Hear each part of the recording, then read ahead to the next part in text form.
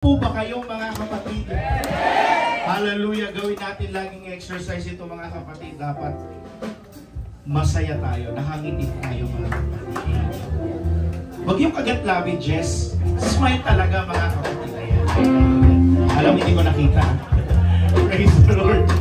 Amen.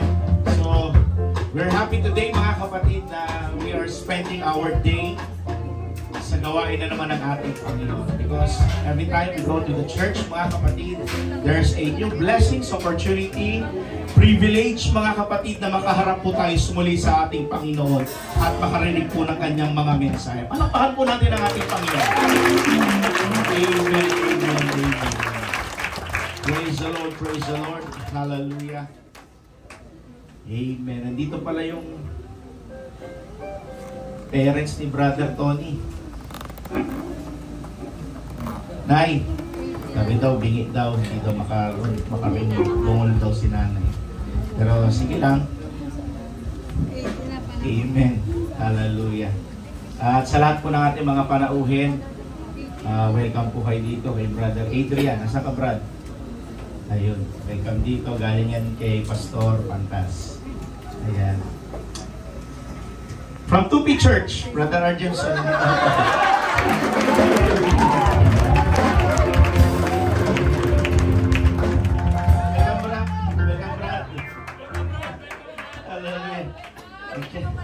Nag-chat sa akin yan, nakipag-video call nung Monday. Sabi niya, good morning. Sabi ko, bakit? Gano'n talaga play ko, bakit? Hallelujah. Sabi niya, wala lang, na-miss lang kita. Parang kasintahan kami. Hallelujah. Sabi niya, ano gusto mong prutas? Sabi ko, marang. Walang marang eh, bayabas, papaya lang eh. Pero mandala, wala, huwag ka na magsimba dito. Hallelujah. Amen. So masaya tayo mga kapatid. Si Brother Arjenson is back in Tinupan Church. Amen. Kala ko, doon ka na correct eh. Hallelujah. Nakalimutan mo ba ako mga kapatid? Hallelujah. Nung last Wednesday mga kapatid, minabaptize tayo. Amen. Midweek yun na magpabaptize, nag-desisyon na magpabaptize.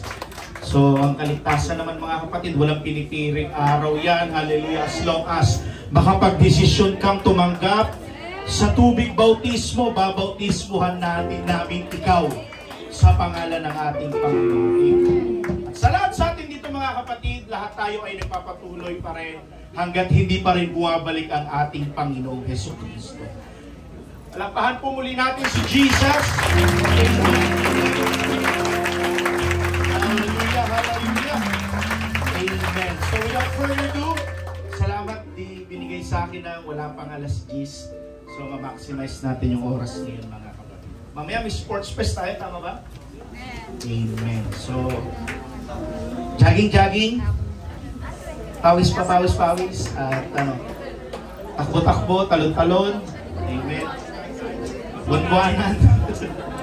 Amen. Okay. So, kasi itong December mga kapatid, kainan na naman ito. Amen. So, ngayon pa lang, bawasan na natin kailan. Para makapag-load tayo ng makapag-load. Amen. Ganun talaga. December mga kapatid. Season of giving. Sabi nga ng ibang mga pastor, hindi ako naniniwala na may Pasko. Hindi talaga ako naniniwala na may Pasko. Sabi ko, pastor. Pero makita-kita mo, tumatanggap ng pamasko. Makikikain. Anyway, mga kapatid, natakit kasi yan sa district conference. Are we allowed to celebrate Christmas? Well, ang sagot ng ating district presbyter, mga kapatid, is there is no recorded in the Bible that we prohibited to celebrate Christmas. Well, December is a season of Christmas or season of giving, at wala pong mali na sineselebrate din natin ang kapanganakan ng ating Panginoon. Amen. So, pag may nagbibigay siya ng pamasko, lesson na yun eh. Amen. Hallelujah. Mas maganda nga yun, i-remember po natin ang kapanganakan ng ating Panginoon. Amen. Hallelujah. Ngitian mo ngayong katabi mo at sabihin mo, hi! Praise God. Glory to Jesus. Amen. matapos itong taon mga kapatid, makapag-meeting po ang ating mga council. At sa ating pong 36th anniversary, makapag-swimming tayo sa dagat mga kapatid.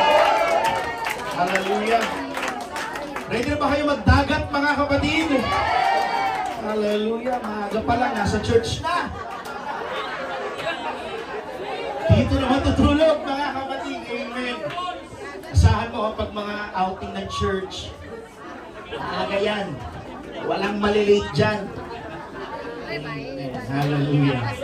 Planuhin natin ito mga kapatid. Dati Job, planuhin natin ito. Na maganda na mailatag natin sa body ng congregation na makapagdagat tayo next year. Saan niyo gusto mga kapatid magdagat?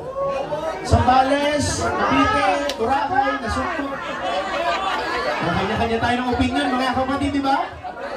Amen, hallelujah. Baler? Diyan na lang, applyan na lang. Ang saga. Saan niyo gusto? Lumino. Sa Lumino. Hallelujah. Anyway, masaya mga kapatid, pag-usapan yung mga ganyang bagay, no? Lalo na pag pinapakain ng pita ng laman. Hallelujah. Part kasi yun, fellowship at bonding at unity ng church. Anyway mga kapatid, dako na tayo sa salita ng ating Panginoon. I am excited to preach this sermon. Kinagandaan ko ito mga kapatid, and I hope na mapakain tayo ng salita ng ating Panginoon nang ayon sa pangangailangan ng kanyang iglesia. Hallelujah. Let us open our Bible in the book of Luke, chapter 9, verse 23. The Bible says, and he said to them, nabanggit ito kanina mga kapatid sa ating Sunday school sa maturity class, if any man will come after me, let him deny himself and take up his cross daily and follow me. Everybody say, follow me. Follow me. For whosoever will save his life shall lose it. But whosoever will lose his life for my sake, the same shall save it. For what is a man advantage if he gain the whole world and lose himself or be cast away? Same as true as what mentioned in Mark chapter 8, verse 36 to 37. For what shall it profit a man if he gain the whole world and lose his own soul? Or what shall a man give in exchange for his soul? Now in verse 26, for whosoever shall be ashamed of me and of my words, of him shall the Son of Man be ashamed, when he shall come in his own glory and in his Father's and of the holy angels. Sa Tagalog, basahin po natin. At sinabi niya sa lahat, kung ang sino man ay nagnanais sumunod sa akin, tanggihan niya ang kanyang sarili at magpasan ng kanyang krus araw-araw at sumunod sa akin. Sapagkat ang sinumang nagnanais na iligtas ang kanyang buhay ay mawawalan nito. Subalit sinumang mawala ng kanyang buhay dahil sa akin ay maliligtas niya ito. Sapagkat ano ang mapapakinabang ng tao kung makamit niya ang buong sanglibutan, ngunit mawawala o mapapahamak naman ang kanyang sarili. Sapagkat ang sinumang ikahiya ko at aking mga salita ay ikahihiya siya ng anak ng tao pagdating niya na nasa kanyang kaluwalhatian at sa kaluwalhatian ng Ama at ng mga banal na anghel. Let's bow down our head and let us pray. Mahabagin naming Diyos na makapangyarihan sa lahat. Ang iyong presensya at biyaya ay nag-uumapaw sa umagang ito. Kalugdan mo, Panginoong Hesus, ang aming pagsusumamo sa umagang ito. As we come to kneel and before your throne, O God, hallelujah. Pour out your Spirit among all flesh, O God, hallelujah. Huwag mo pong pahihintulutan, Panginoong Hesus, na sa umagang ito ay wala po kaming mapupulot, makukuha sa mga salita mo. Bagkus, O God, hallelujah, uuwi kaming mananagumpay. Uuwi kaming busog sa pamamagitan ng iyong mga salita. Bigyan mo ng kalayaan ng bawat isa sa pagpupuri at pakikinig ng mga salita mo. Open our hearts, open our mind. Rebuke us once again with your words by the word of faith and by the power of your name. Release the heavenly blessing as you pour it out on this earth, oh God. Hallelujah. Maraming salamat po, Panginoong iyo ang aming pinakamataas na pagsamba at pasasalamat sa pangalan ni Jesus na aming tagapagligtas. Amen.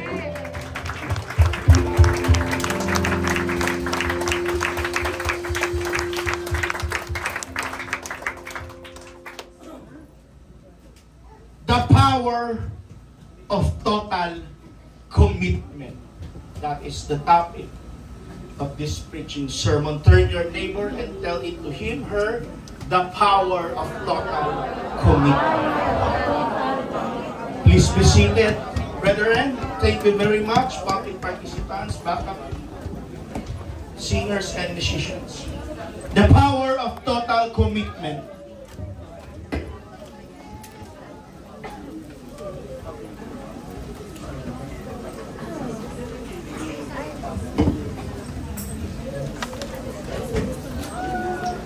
Hallelujah. Everybody say hallelujah. Hallelujah. Now, the power of total commitment. Pwede ba ako magtanong mga kapatid sa mga asawang babae dyan? Naalala nyo pa ba yung ipinangako sa inyo ng asawa nyong lalaki? Parang apat na nag-amen. Mga asawang babae, naalala nyo pa ba ang ipinangako sa inyo ng asawa nyong lalaki?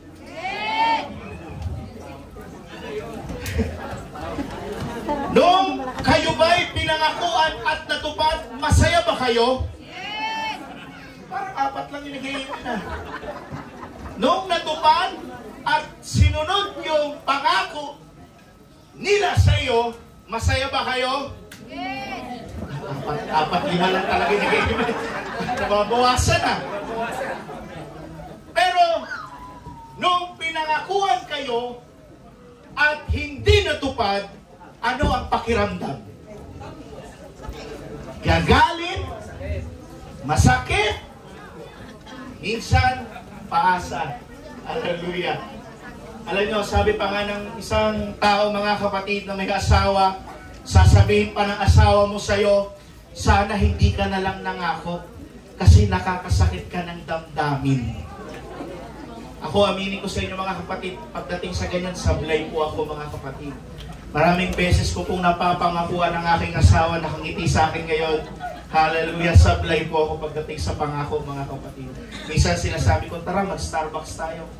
Pero pag nawalan ako ng gana mga kapatid, ano ba, nangako-ngako ka?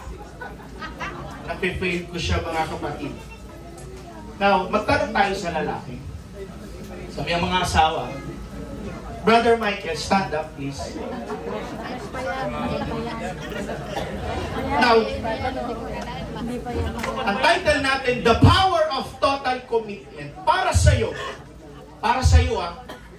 ano ang salitang commitment? Teka, may commitment ka ba?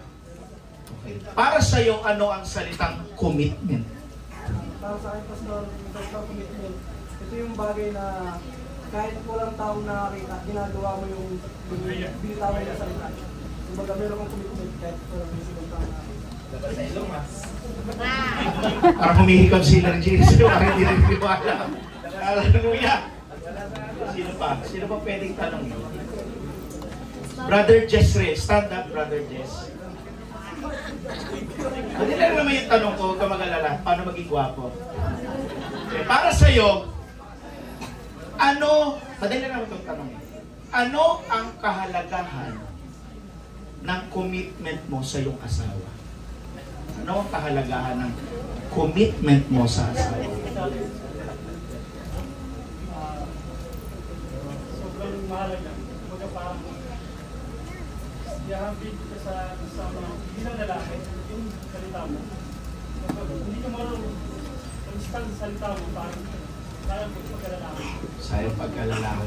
Kumbaga para ang salitang commitment mga kapatid, parang lalo na pag tayo nagbibitaw ng mga pananalita, dapat panindigan mo. Dapat tinototoo mo yung sinasabi mo o yung binabahagi mo. Kasi pag nangangako tayo mga kapatid, dapat to pa rin natin. Una sa lahat, ang Panginoon nangako talaga sa atin eh.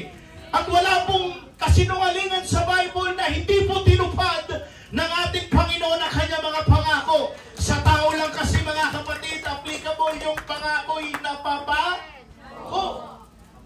Lahat lahat ng nangangako dyan at hindi natutupad, magsabing praise the Lord. Praise the Lord.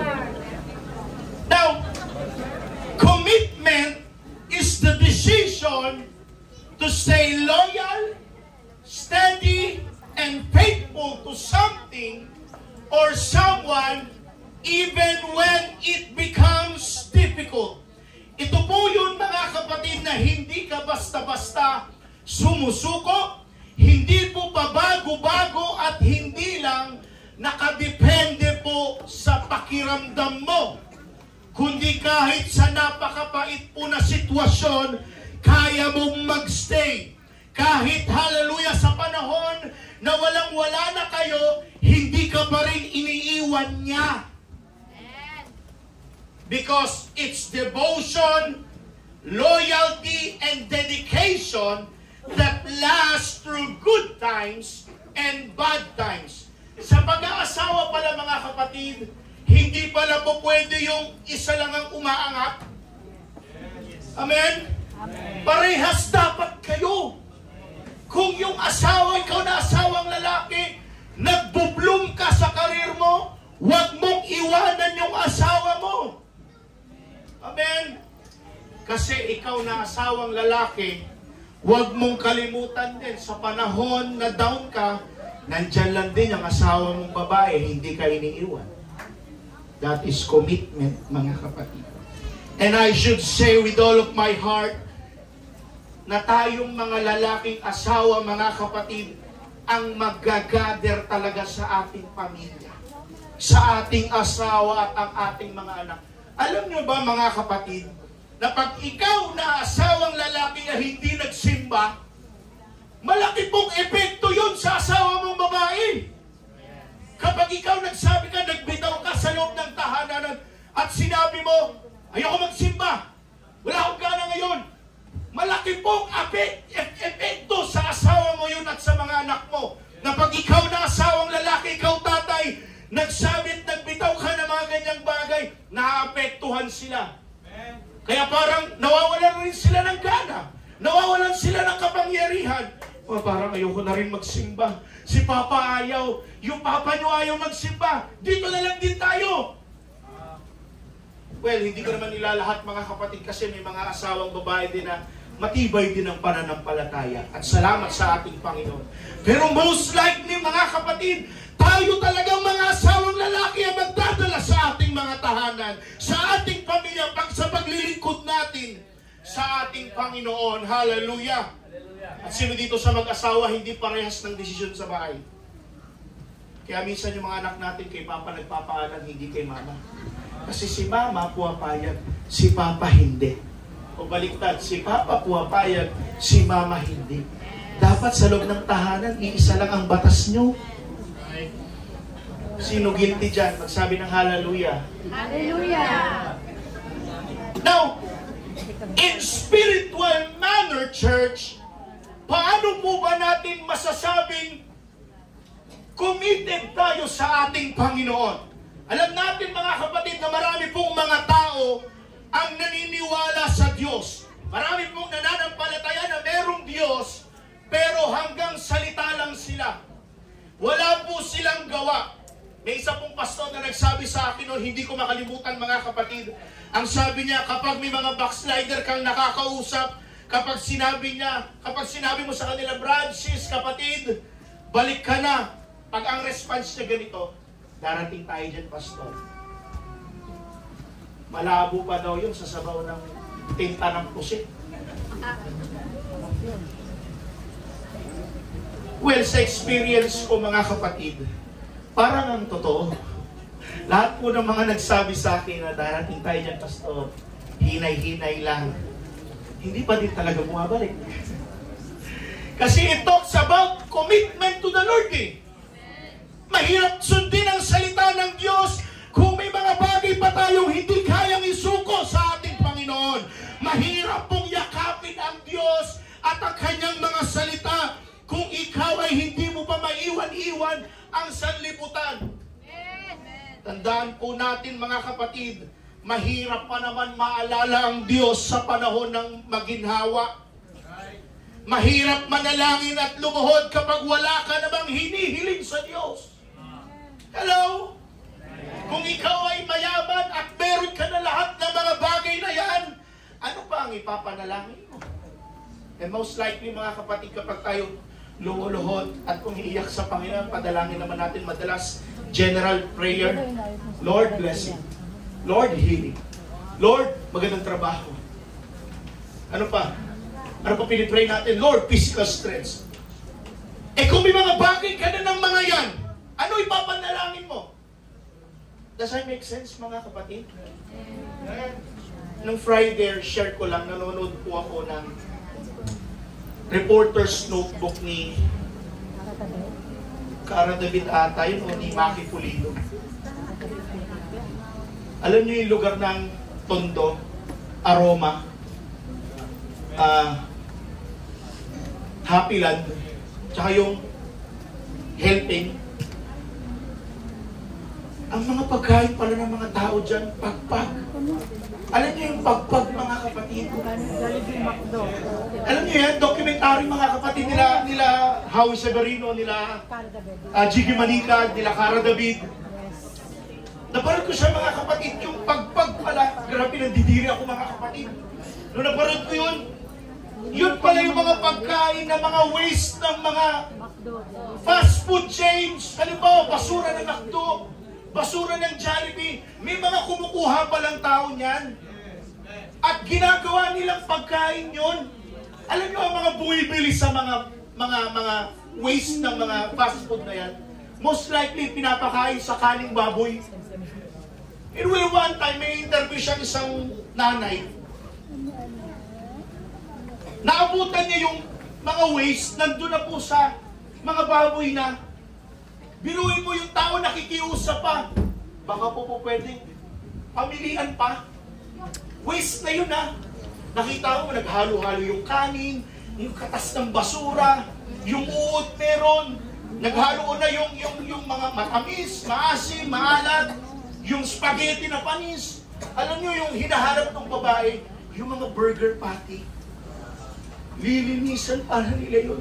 Yung mga chicken joy ng Jollibee McDo, kahit may mga kagat-kagat na, lilinisin pa pala nila yan. Alam mo, na-interview ni Maki Pulido, yung babae, 3 beses pa nila palang binabanlawan yun. Tapos pagkatas anong gagawin? Ipiprito pa. Para gawing pagkain nila. Sa murang halaga, 15 pesos to 20 pesos, may 1 kilo ka ng pagpag. Grabe. Tapos, may isa pa sa eyewitness ni Karen Davila. 3 araw siyang natulog sa lansangan ng Divisoria. Nakitulog siya sa mga palaboy na tao. Hallelujah! Kaya sabi ko, grabe Lord, I am blessed! Oh! I am blessed! Nakakakain ako ng maayos! Hindi man ako may sariling bahay, kahit nagre-renta, at least may maganda akong tulog. Isa sa atin, nagre-reklamo pa tayo. May pagkain na nakahain, iba pa ang hinahanap. Nagpapadeliver pa. Oh, hallelujah. Minsan sa atin, nagre-reklamo, mainit. May mas mahirap pang papalang, may mga taong sitwasyon sa atin na nagtitiis, nagdudusa, hindi naman makapagreklamo. Kaya, nung pinapalag ko, nababagbag yung damdamin ko, wala namang luha, pero nababagbag yung damdamin ko eh. Grabe, salamat sa Panginoon, hindi ko nararanasan yung mga bagay nito. Biruhin mo, yung basura, kahati mo na mga baboy na. Grabe, kadiri, yakin kadiri. Tapos hahanapin pa yung mga chicken joy na may konting laman pa. Huhugasan 3 beses, pagkatapos ipiprito. Tinanong sila, nagkakasakit ba kayo? Hindi naman po eh. Immune na sa baho at sa bakterya. Nakakatakot mga kapatid sa iyong ulan. Pero tayo mga kapatid, we are so blessed. Nakakakain tayo ng 3 beses sa isang araw. Malinis at masarap pa, may tahanan tayo. grateful. Tingnan palagi natin yung ating mga sarili. Hallelujah. Ito ba mga pagpapalang ito? O ito, tingnan mo, nakakapag-aral ka. Nagre-reklamo ka, dapat doon ako sa university, dapat ako doon sa mamahalin. Mga bata na hindi makapag-aral. We should be grateful kung anong meron tayo ngayon. Pasalamatan kung anong meron tayo. Kasi may mga taong may mas mahirap pa palang pinagdaraanan kaysa sa akin. Hallelujah! So balikan natin, commitment. Everybody say commitment. Commitment. Ang commitment ay hindi lamang po ito tungkol sa paminsanang pagsimba-simba o paminsang panalangin. Ang commitment sa Diyos, listen to this, ay lahat-lahat para sa Kanya. Ibig sabihin, totally surrender, isusuko mo talaga ang buhay mo sa Panginoon. Wala kang ititira. Kahit yung pride mo, kahit yung anger issue mo, kahit lahat ng meron ka, dapat isuko mo sa ating Panginoon. Kahit na hindi nakikita ng iba. Did you hear me, mga kapatid? Kahit hindi nakikita ng iba, ano tayo sa harapan ng Diyos? Church, let me ask you, are you still faithful to God even when no one sees what you are doing? Church, are you still pursuing holiness in your school and in your workplace even when no one sees you? Commitment pala yan, mga kapatid. Commitment. Everyone say commitment. Commitment. Now, why your commitment is so important? Because it affects your spiritual strength, your direction, your relationship, your decision, and your impact. It is one of the clearest signs of genuine faith. Tanungin ko kayo, mga kapatid, masarap bang mangako? Masarap mapangakuan kapag tinutupad, di ba? May isang pastor na nagsabi, sabi ng isang pastor, huwag kang mangangako sa bata. Dahil tiyak, tuparin mo dapat yan. Kasi kapag hindi mo tinupad yung pangako mo sa bata, hahabulin ka niyan, Tito Arvin, yung pangako mo. Sabi mo, bibilan mo ako ng sapatos. Sino ba? Tito Michael, sabi mo magka-Jollibee tayo. Hindi ka tumutupad. Ganyan pa naman ang mga bata, mga kapatid, no? Yes. Ang bata pa naman, hindi madaling makalimot. Ang matatanda lang. Hallelujah! Tama ba, mga kapatid? Matanda lang ang mga nakakalimot? Kasi hindi mo alam mo, amnesia mo, Alzheimer's, mga kapatid, no? Talaga nakakalimot yan. Now, main point number 1, commitment means putting God first. In Luke chapter 9, verse 23, yung ating text na binasa, the Bible says, or Jesus says, deny yourself and take up your cross daily.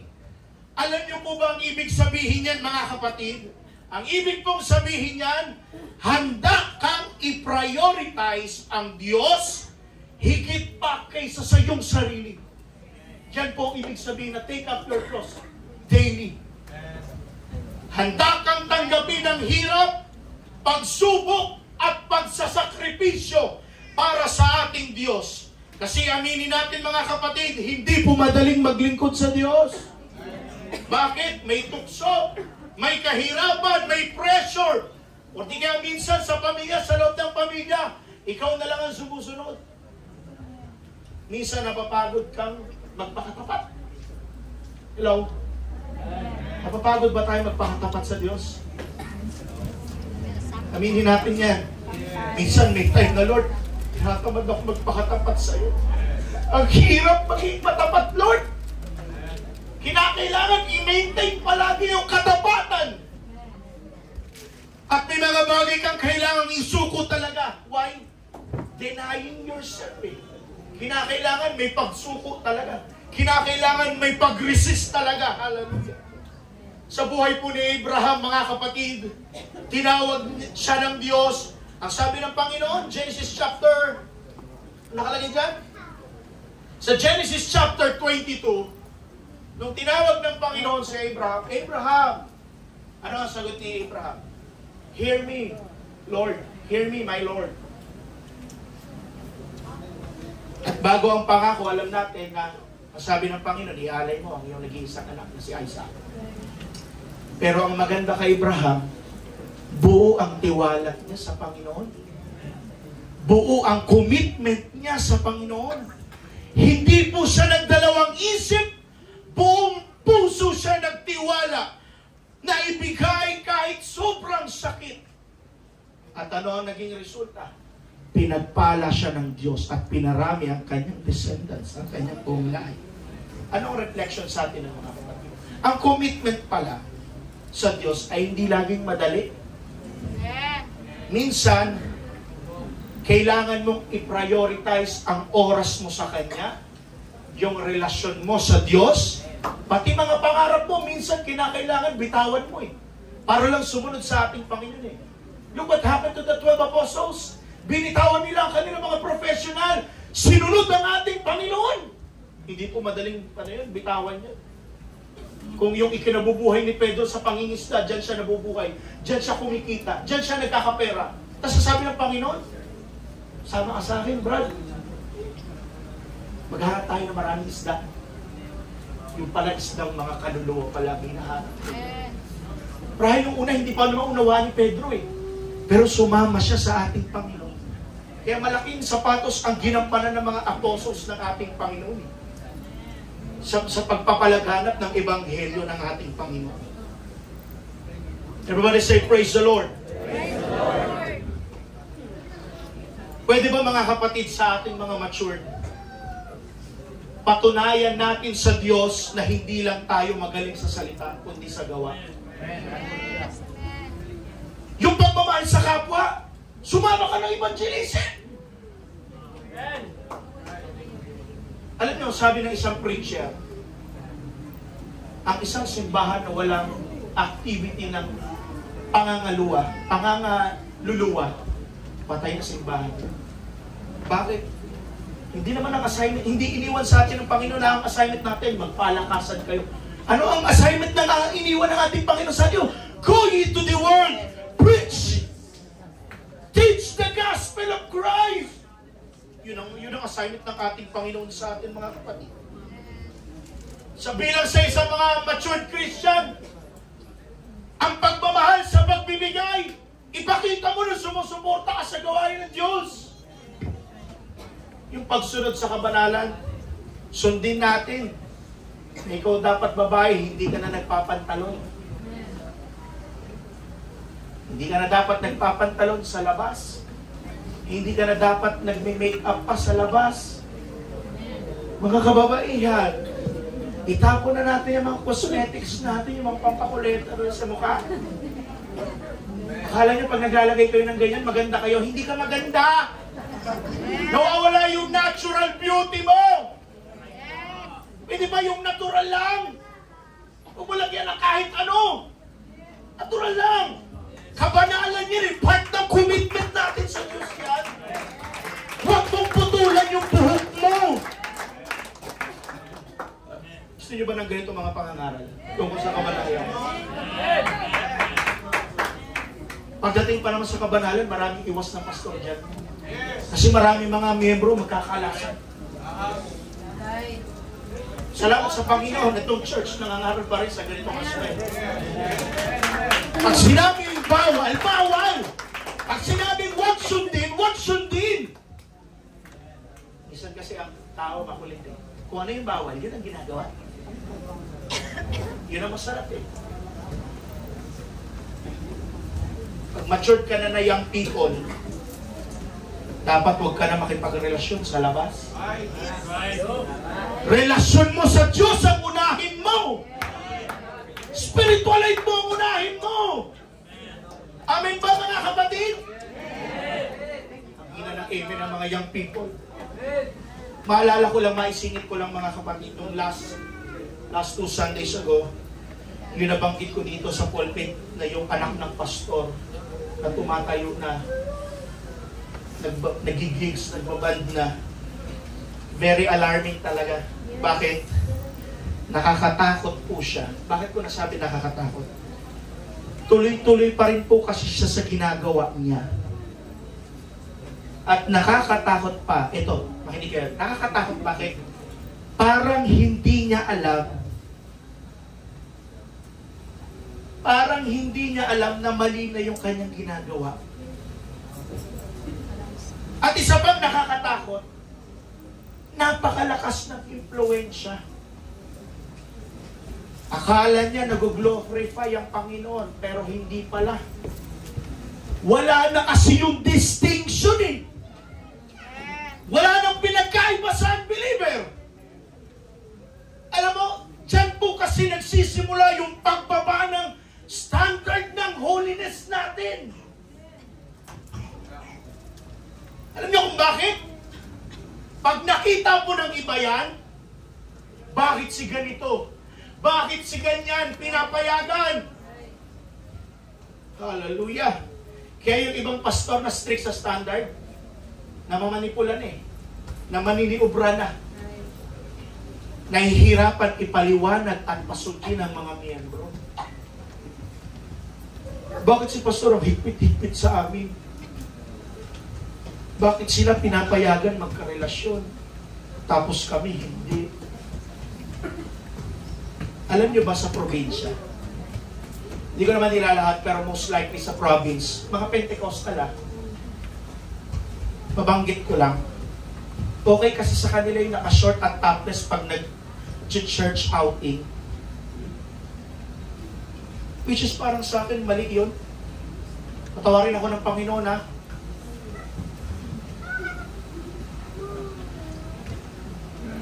Hindi big deal sa kanila sa ibang simbahan yun. Lumalabas sila, tumatayo pa sa pulpito, nagpa-practice pa. Parang walang kabanalan, mga kapatid. Well, iba-iba kasi ang standard, mga kapatid, ng mga pastor sa iba't ibang simbahan. Kung ano yung pinapangaral mo, siyang pinasusundan ng mga miyembro. Pero I thank the Lord, mga kapatid, dito sa church na ito, kung ano pinapangaral ng mga leaders ko, siyang ibinabahagi namin sa inyo. At kung ano ang tama at yung distinction, yun ang ituturo natin ngayon, mga kapatid. Kasi as generation pass by, bumababa na po ang standard ng kabanalan. Oh, hallelujah. Kahit ito nga recently may nagsabi sa akin. Ano sabi sa akin? Ang higpit-higpit nyo naman dyan. Sa amin, hindi naman issue yan. Hindi naman big deal yan. Well, I take as a pride. Hindi naman bago sa atin yan, sa mga matatagal na dito sa church, di ba? Nalan yung mahigpit talaga ang simbahang ito. Mahigpit talaga. Alam nyo, dati ko pa naman naririnig na marami mga simbahan na nagsasabi mahigpit talaga dyan sa Muntinlupa Church. At hindi standard ng kabanalan dyan. Well, I take as a pride. Mas maganda yun kaysa sabihin maluwag. Hallelujah! Kaya pagdating sa mga bagay na ganyan, church, hati ang mga opinion ng mga leaders natin dyan eh. Wala tayong pinaka-format pagdating sa ganyan. Ito pa. Huwag kayo masasaktan Minsan kasi, napapansin ko, sa pagmanga laro, nawawala yung kabanalan natin eh. Minsan hindi sa kasuotan, sa pag-uugali, sa pananalita. Nasiko ka lang, nagmura ka na agad. Yung mga pa-11 basketball lang, mahigpit tayo, pero pag professional, pwede. Ano kaya yun? Saan ang distinction doon? Walang commitment doon eh. O mga kapatid ko, napapanggit ko yun, compromising kasi yun. Alam niyo ba sa ibang simbahan, members become consumers, not servants. Laging tanong ng tanong, anong mapapala ko dyan? Imbes na dapat ang tanong mo, anong pwedeng maitulong ko dyan? Iba yun. More entertainment, less discipleship. Church focus on fun times, activities, and events. Pero nade-neglect po ang spiritual doctrine. Nade-neglect po ang spiritual maturity. Iba nga pastor, si pastor puro love, respect, mercy, favor lagi ang tinuturo sa church. Ayaw magbanggit ng sin, repentance, rebuke, forgiveness. Bakit? Miyembro daw na big time at malaki mag-tithes. Sabihin ko sa ito hindi porket malaki kayo mag-tithes, makukuha mo na ang gusto mong pangalan. Hindi porket malaki ang ambag mo sa iglesyang ito, makukuha mo na ang pangaral na gusto mo. Yung mga bagay na yan, mga kapatid, dapat nating maintindihan at dapat nating maunawaan. Young people, do you hear me? Pag may mga karelasyon pa kayo sa labas, sabihin ko sa inyo, hindi kalooban ng Panginoon yan. Hindi kalooban ng Panginoon yan. Hanggat nakatira ka pa sa bahay ng magulang mo at humihingi pa ng baon sa mga magulang mo, hindi kalooban ng Panginoon yan. I don't care kung makaramdam kayo ng feeling guilt ngayon. This is the word of the Lord. This is the word of the Lord. Nakakaintindihan pa tayo mga kapatid sa mga aspetong ganyan. Holiness is part of our commitment to the Lord. Yung commitment mo, yung attitude mo, yung behavior mo, yung holiness mo, yung suporta mo sa gawain ng Diyos, that is part of commitment. What is our topic? The power of total commitment. Surrender natin lahat sa Panginoon. I tell you, kapag sinurrender mo lahat sa Panginoon, hindi ka bibiguin ng Diyos, hindi ka pababayaan ng Diyos, hindi ka pagkukulangan ng ating Panginoon. Minsan, takot lang kasi tayong sumugal. Ayaw nating isugal lahat. Meron tayong reservation pa. Kapatid, lahat ibigay na natin. Simple lang ang sinabi ng Panginoon, denying yourself. Pero ang hirap i-deny lahat. Take up my cross daily and follow me. Mayroon bang sundin yun? Mahirap sa mga taong ayaw sumunod. Madali sa mga taong masunurin. Clap your hands to Jesus.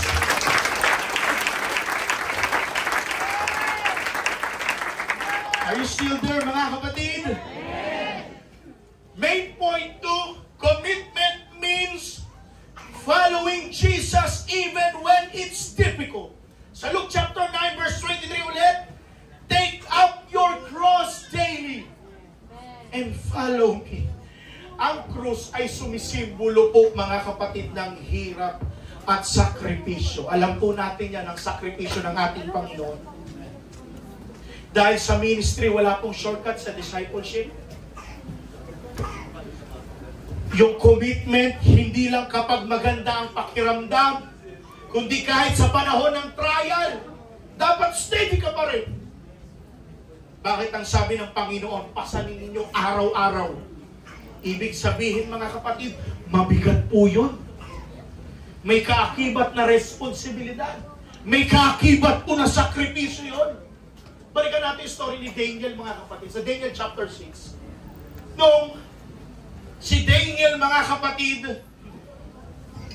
tinaguyod niya yung kanyang prayer time sa Diyos, yung kanyang pananalangin na kahit bawal. Alam natin yan na pinagbabawalan na manalangin ang sinuman. Kahit si Daniel, actually, hindi naman kahit sinuman Ingitero lang kasi yung mga satraps, yung mga princesses at yung two administrator. Nagbabalang ng batas dahil kay Daniel. Bakit? Dahil nananalangin. Amen. Kasi si Haring Darius, alam ni Haring Darius na walang makitang korupsyon kay Daniel. Hindi siya kagaya ni Saul. No, hindi kasi corrupt na tao si Daniel Kaya ang ginawa ng dalawang administration, tatlo siya, kasama siya yung pangatlo, maggawa tayo ng letter sa hari na ang sino mang mananalangin sa kanyang Diyos ay itatapon sa yungib ng mga leon. Now, gawa ng letter na kahit labad sa kalooban ng hari, itinapon siya. Kasi alam na, walang makitang mali kay Daniel eh. Na parang ang nangyari, hawak pa ng mga administrator na ito sa liig yung hari. Bakit? Ano nangyari? Sabi ng dalawang administrator, o hari, pinagtibay mo na ang kasulatang yan ha. Pinirmahan mo na rin yan, nilagdaan mo na rin yan ha. Hindi na mababago yan. At ayon sa batas, tandaan mo, sabi niya, tandaan mo, ayon sa batas ng mga taga-Medya at taga-mga Persya na ang bagay na ito hindi na maaaring mapawala ng bisa. Pirmado mo na rin yan. So sa madaling salita, walang nagawa ang hari. Iutos na itapon si Daniel sa yungib ng mga leon. Ang sabi pa ng hari, habang ginagawa niya, tinatapon si Daniel. Ang sabi ng hari, ingatan ka nawa ng Diyos mo, Daniel. Pero mo, sabi ni Haring Dario, ingatan ka nawa ng Diyos mo, Daniel. Nananalangin din yung hari, mga kapatid. Nung nandun na si Daniel, mga kapatid, yung hari hindi mapakali. The Bible says, hindi siya makakain, hindi siya makatulog. Buong gabi, madaling araw, iniisip niya si Daniel. Ano kaya si Daniel? Pira-piraso na kaya? Wala nang balon-balunan, wala nang ano. Patay na kaya si Daniel? Wala nang lapay, wala nang lahat, wala abdo, wala na. Patay na, kinain na lahat. Kinaumagahan, dali-dali siyang tumakbo dun sa yungib. At ang sabi niya ng hari, Daniel, buhay ka pa? Niligtas ka ba ng Diyos mo? Ang sabi ni Daniel ito, O hari, mabuhay ka magpakailanman. Nagpadala ang Diyos ng kanyang anghel upang itikom ang bibig ng mga leon. Hallelujah! Na kahit isang sugat, ang sabi ng Biblia, kahit isang kagat o sugat, walang nakita kay Daniel. Totoo ang Diyos na pinaglilingkuran ni Daniel. Kasi no matter what, mga kapatid, layon yun eh. Anytime by any chance, pwede nang lapain si Daniel. Pero ang sabi ng Bible, hallelujah, nagpadala ang Diyos ng anghel para proteksyonan si Daniel. Tinikom ang bibig ng mga leon. At nakita ni Haring Dario, uy, buhay ka pa. Sabi niyo, Daniel, buhay ka pa? Niligtas ka ba ng Diyos mo? Madilim dun sa yungib. O hari, mabuhay ka magpakailanman. Niligtas ako ng Diyos sa mga leon na ito. Hallelujah. Kaya ano nangyari? Ano ang resulta? Pinotrektahan siya ng ating Panginoon. Ano yung mga nagparatang sa kanya? Yung mga administrator, alam mo nangyari? Sila yung tinapon doon sa Lion's Den. At hindi lang yung dalawang administrator ha, pati ang kanilang mga anak, pati ang kanilang mga asawa, sila yung tinapon. Wala pang isang minuto, nilapa na agad ang pamilyang mga ito. Ano ang reflection ng buhay na yan? Ang tunay na commitment ay nakikita sa consistency mo. Si Daniel marahil nakita ng Panginoon, consistent manalangin. He opened his window towards Jerusalem. 3 times in a day nananalangin sa Panginoon, umaga, tanghali, gabi. Dininig ng Diyos ang panalangin ni Daniel. Marahil ikaw mga kapatid, naghahantay ka ng breakthrough mo sa panalangin. Hintay lang, darating po yan. I say it again, hihintayin mo lang. Darating din po ang big breakthrough ng buhay mo. Hikahos ka ngayon, darating din ang pagpapala na para sa'yo. Stay committed. Hindi committed ha. Committed, hindi committed. So ang tunay na commitment ay nakikita po sa consistency na kahit walang nakakakita, ginagawa mo pa rin ang tama. Hindi sa isang araw na kabutihan lamang, kundi sa araw-araw na pagpapakita mo ng katapatan sa Diyos. Church, consistency is the name of the game. Everybody say, praise the Lord. Praise the Lord. Number 3, commitment brings eternal reward. In Luke chapter 9 verse 24, it says again, whosoever loses their life for me will save it. Alam nyo mga kapatid, kapag committed tayo sa Diyos, hindi mo lang tinatanggap ang hirap sa ngayon, kundi naghihintay ka ng eternal reward. Sino dito gusto ng crown of life? Gusto nyo ba ng crown of life? Regalo ng Panginoon yun sa mga taong naligtas sa pagbabalik ng ating Panginoon. May kabayaran sa langit para sa mga taong naging tapat sa Kanya. Tanungin ko kayo mga kapatid, mahirap ba o madaling maging tapat sa Panginoon? Ikaw ang makakasagot niyan kasi ikaw ang nakakaalam ng spiritual life mo sa Panginoon. Kung ano ang status mo sa harapan ng Panginoon. Marahil masasabi mong mabigat kasi marami ka pang hindi na isusuko sa Diyos. Marahil ang ibang sagot, magaan lang kasi nasurrender mo na lahat sa Panginoon. Pansinin nyo, kapag marami tayong bit-bit at daladalang pasanin, ang bigat, di ba? Pero hayaan mo ang Diyos ang magbuhat ng mga pasanin mo. Surrender mo kasi. Yung pagiging late mo sa church, surrender mo na.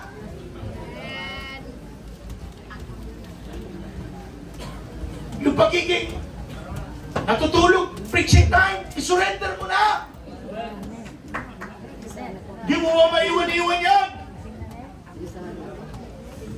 Isuko mo na sa Diyos yan. Magbagong buhay. Mag-alarm ng maaga para maaga magising. Hindi yung 7:30, yung devotion 7:30 ang alarm. Late talaga yun kasi mag-prepare ka pa. Magbibihis ka pa. Pero kung alarm mo, 6 a.m., 5:30, pasok ka sa devotion. Sa lahat ng hindi nakatirang devotion, magsabi, praise the Lord. Praise the Lord. Hallelujah.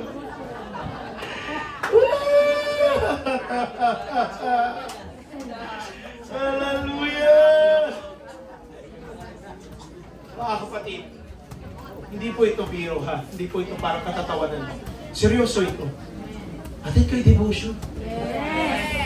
Para magaan ang pakiramdam pag sinasalo mo yung preaching. Sige, banat, pastor! Di ako late! Matid ako eh! Banat! Kasi nanalangin ka na, umiyak ka na eh! Di ako aanto kayo, breaking on, pastor! Handa kang saluhin. Kung ang pangangaral medyo mabigat, handa kang saluhin kasi nakapag-devotion ka. May extra buff ka eh. Diba? May extra strength ka eh. Na iba, nakukuha lang daw sa extra Diyos. Pero dito, pag nag-devotion ka, extra strength yan. Lakas na hindi umaayaw. Hallelujah. Michael, umatid ka ba? Tatanungin kita lagi ha, para laging maaga ka. Now, in the book of Acts chapter 16, when Paul and Silas nasa bilangguan sila, hinampas, sinaktan, pero nagpapatuloy sila sa pag-awit at pananalangin. Ano ang naging resulta? Nagkaroon po ng miracle at alam natin ang story na nagkaroon ng matinding lindol at na-convert po ang yung warden, mga kapatid, at ang buong pamilya niya. Sabi ni Pablo, sumama ka at ang iyong sambahayan. Naligtas na spare ang life ng warden na ito. Ang commitment nila sa ating Panginoon, mga kapatid, kahit po sa gitna ng problema, nakapagdala pa rin sila ng blessing. Naging pagpapala pa rin pala sila sa mga preso at bilanggo.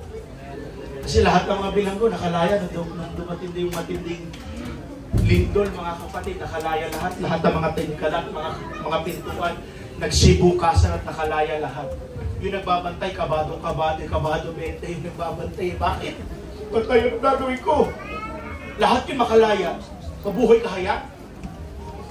Pero salamat sa ating Panginoon sa pananalangin at commitment ng dalawang ito ni Paul and Silas. Hallelujah. Naging blessing pa sila. Mga kapatid, maging pagpapala tayo sa lahat ng ating nakakasalamuhan.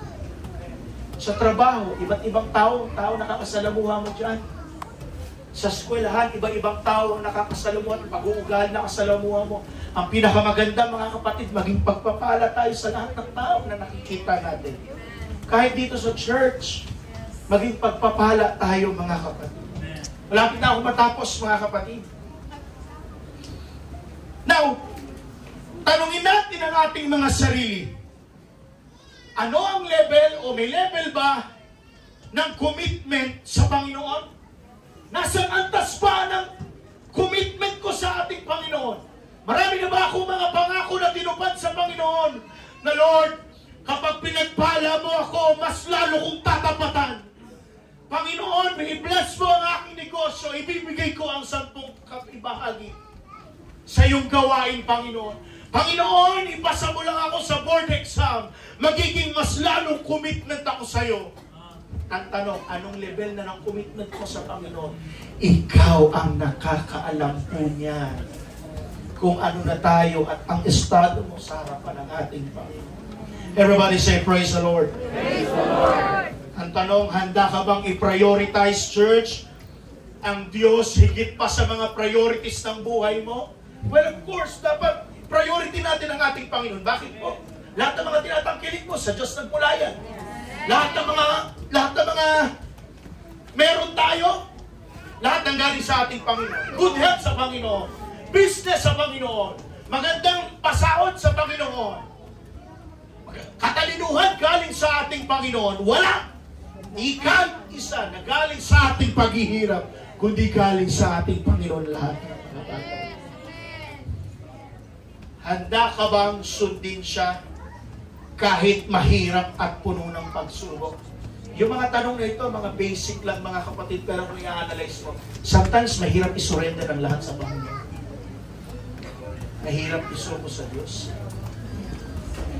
Naiintindihan po ba natin ang salitang commitment natin ngayon na meron palang eternal reward sa ating nag-aantay? Meron po akong mga practical applications na pwede po nating sundin. Number 1, daily surrender. Yung pagsuko araw-araw. Paano natin sinusuko ang araw natin? Pagising mo sa umaga, huwag mo ng cellphone. Huwag mo ng kape. Huwag mo ng dyaryo. Pwede ba magsabi ka ng Lord, thank you, nagising pa ako. May mga taong hindi na gumigising. Kasi nabangungot na. Wala nang time para makapag-repent doon. Pero tayo, salamat sa Panginoon. We should have a daily surrender. Gising sa umaga, manalangin ka. Daily surrender. Maglaan ng oras araw-araw sa pananalangin. Kasamahan mo ng Bible reading at pakikipag-ugnayan sa Diyos. Mga simpleng reminders na. Pangalawa, prioritize God in decision. Sa bawat choice ng ating mga buhay, whether it be our on work, study, relationship, tanungin mo ang sarili mo, nabibigyan ko ba ng honor ang Panginoon o hindi? Mag-self-evaluate tayo ngayon, mga kapatid. Sa lahat ba ng ginagawa natin, nabibigyan ko ba ng kaluguran ng Diyos? O hindi? Ang pita lang ng laman. At ang diablo ang natutuwa sa akin. Mga kapatid, dapat ang Diyos ang matuwa sa atin. Would God be honored for what I am doing? Ikaw ang nakakaalam ko. Pangatlo, serve others faithfully. Commitment to God is shown in service to others without expecting reward. Mga kapatid, dapat ganito pala talaga tayo, no? Kapag nagseservisyo tayo sa iba, Huwag tayo mag-expect ng kapalit agad. Hayaan mo ang Diyos ang magbigay ng pagpapala sa iyo. Minsan kasi gumagawa tayo, nagtatrabaho tayo, may bibigay kasi sa akin yan. Kaya gagawin ko ito. May inaasahan kasi ako, kaya gagawin ko ito. Pero try natin balik na rin. Serve others faithfully. Kahit na walang kapalit, ginagawa talaga natin. Sa evangelism, may kapalit ba kagad ito? Sa mababaw na pangunawa, may kapalit ba kagad? Wala. Pagod eh, antok nga eh. Pero kung ginagawa mo ito, serve others faithfully. Minsan ka rin namang pinagsilbihan before. Minsan ka rin namang binahagian ng mga nauna sa'yo.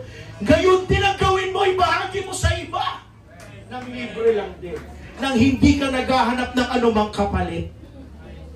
Amen? Amen. Number 4, stay consistent even in trials. Kasi kapag may problema mga kapatid, dapat hindi humihinto ang pananampalataya natin sa Diyos. Yung consistency ang nagpapakita ng tunay na dedication natin sa harapan ng ating Panginoon. Ang Diyos, ganito yan kasi mga kapatid. May mga Kristiyano kasi, simba lang ng simba. Pero yung pinaka-essence talaga ng salita ng Diyos, hindi na-apply sa buhay. Para kasing batingaw yan na umaalingaw-ngaw lang. Alam mo yun, ibig ko sabihin mga kapatid, hindi po yung enough na simba ka ng simba lang. Sabi-sabi ng amen-amen. Pero hindi mo sinusunod ang salita ng Diyos. Hindi po sapat mga kapatid, hallelujah. Nauupo ka lang dyan every gawain. Dapat may kaakibat na responsibilidad yan. Yakapin mo ang salita ng Diyos sa mga buhay natin. Kasi kapag kung ang ginagawa lang natin, simba lang tayo ng simba, palakpak lang tayo, pag pinapapalakpak tayo ng MC, ganun lang ang ginagawa. Daily routine mo na lang yan. Walang daily surrender. Daily routine mo lang yan. Kinakailangan ng daily surrender dyan. Naintindihan niyo po ba yung sinasabi ko mga kapatid? Palakpakan po natin ang ating Panginoon. Tayo tumayo lahat mga kapatid. Now in my conclusion, ang tunay po na commitment sa Diyos ay para sa Kanya lahat-lahat dapat. Yung ating buong puso, buong isip, at yung ating buong lakas. Na parang kagaya po ni Abraham, kagaya ni Paul and Silas, at kagaya ni Daniel, ang buhay nila ay patunay na kapag tapat ka, hindi lang sa mundo nakikita, kundi sa langit napapansin din ng Diyos. At hayaan mo na may great reward na ibibigay sa iyo ang ating Panginoon. Let me ask you, church, handa ka na bang maging all-in para sa ating Panginoon? That is the question today, church. Are we ready to give everything, all in all, to Jesus?